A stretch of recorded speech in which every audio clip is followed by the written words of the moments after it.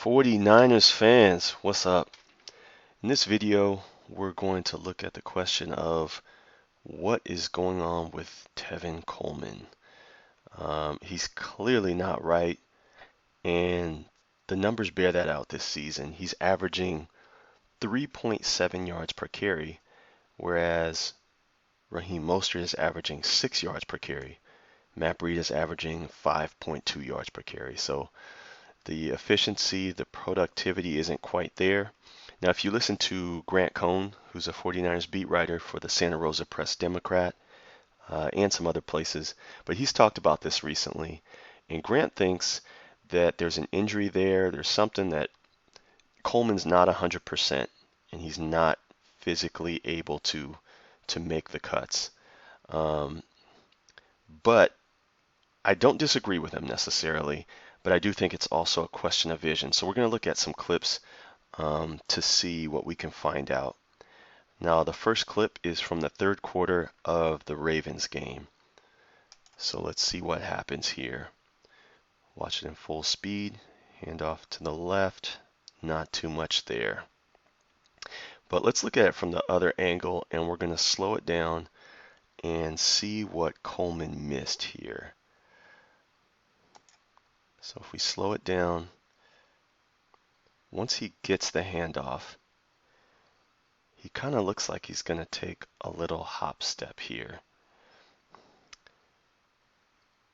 And once he does, he keeps going to the left. He doesn't really make a strong cut. But let's go back and let's look at the blocking here. Now, once he gets the handoff, we're going to watch here Selleck and Kittle on the right. We're also going to get a double team with McGlinchey and Person here. So once he gets the handoff, we look at this double team. It's good. They're going to get to the next level. Now, when he does his hop step, if he actually puts his left foot in the ground, he's got a cutback lane. And look, Selleck is just trying to get in front of this guy, wall him off, and look where George Kittle's already looking. He's already looking back at this free guy off the end. He'll give him a peel back, and Coleman can choose which way he wants to go to get to the next level. Now, instead of taking the cutback lane, which this play is perfectly designed for, he just kind of goes ahead. Nothing really to do with this small hole. These guys shed their blocks, but really, big missed opportunity for a cutback. Doesn't end up getting much. Well, that's just one example. We could see maybe that's poor vision, but we're going to look at some clips from the Packers game, and that's going to show us a little bit more. All right, so this is towards the end of the first quarter in the Packers game. And let's see what we got. Use check motions in to I form, and we're going to get a pitch to the left. Tries to get to the outside, 4 yards maybe. But let's look and see what he missed. Was there a cutback lane? And this one particularly has to deal with the vision of how blocks set up. So let's look here. If we stop it, we see here 35 is going to get to the outside. We got a missed block here. But look at this. If he puts his foot in the ground, he's got a cutback lane. We have a blocker here that can help with this one. He's on the right side. If he cuts back, he's going to have a peel back block here and a peel back block here, which means he would have a lane to get one-on-one here with these guys out of the play, and if this block holds up. And if he gets a one-on-one, I like his chances in that. But he still keeps it going.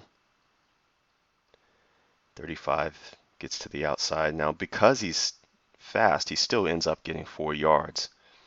But look at here. Let's just see if he sees how this is setting up. Right here, he's already engaging with 50. Right here, these two could close out. He's actually on the proper side here to give him a lane straight to 26. Now he either doesn't see it or doesn't trust himself to get there to the outside. Still gets 4 yards. Not a bad play. And actually the next play we're going to look at is a good play by Tevin Coleman, and one that shows me that I think he does still have some burst. He still may be injured, but there's still some juice left in there. Let's take a look. All right, so this is midway through the second quarter, and this is a nice run by Coleman. He's actually going to pick up 11 yards here, starting off to the left with a cutback. Full speed, cuts back, makes a man miss. Nice play, 11 yards. And let's see, this is really what makes me think he's still got some juice and some more vision. Look at that cutback. There, gets out here, one-on-one, another cut to the inside.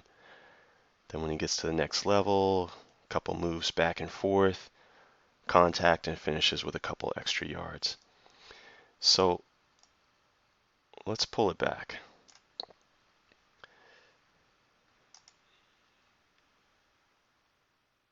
And let's see here.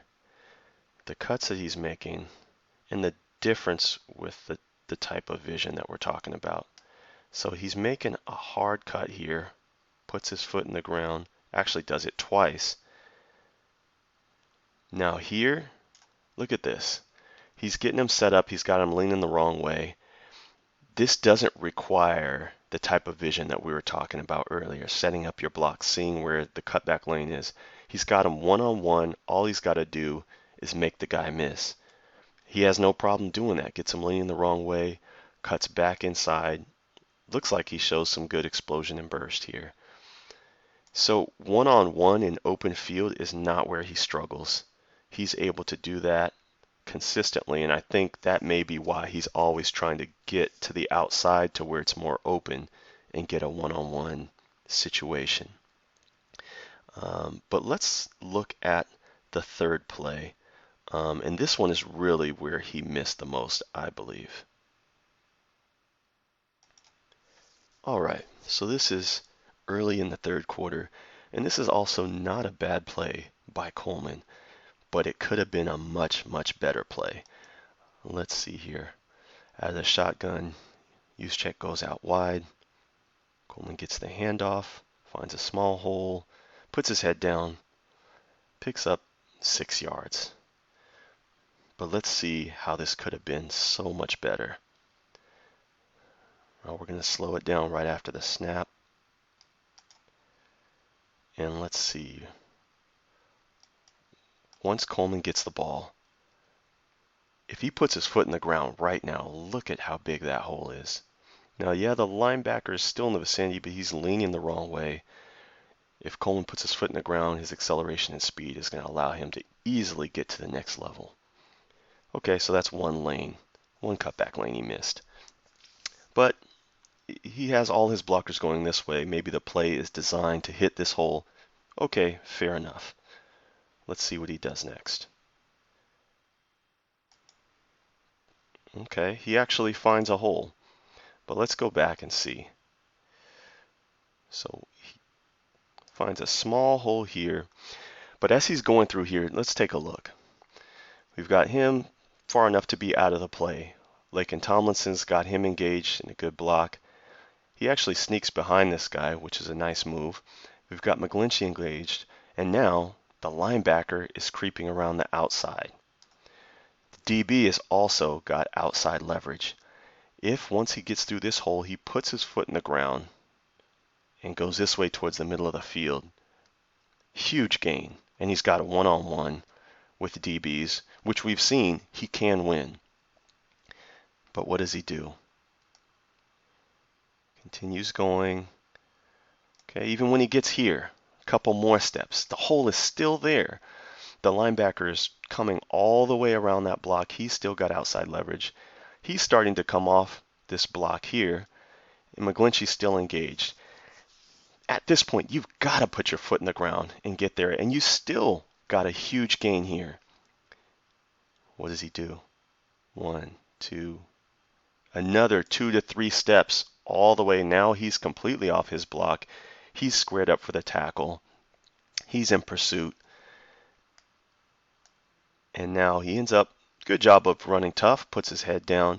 He actually gets bounced back to the left off the tackle inside, which allows him to get a few more yards. But really, cutting back inside to the left is what he should have done 5 steps ago. Look at all that space. And we saw what he did when he gets a one-on-one. He can make guys miss, and then he can turn on the speed. Just bad vision, in my opinion. So really, it's probably a combination of both. Maybe he isn't 100% healthy, but he also has a problem with seeing cutback lanes and setting up his blocks. So what do you think? Is it a question of health or a question of vision? Either way, we're probably going to see a lot more of Raheem Mostert and Matt Breida, who do a better job of hitting those holes and taking advantage of those opportunities.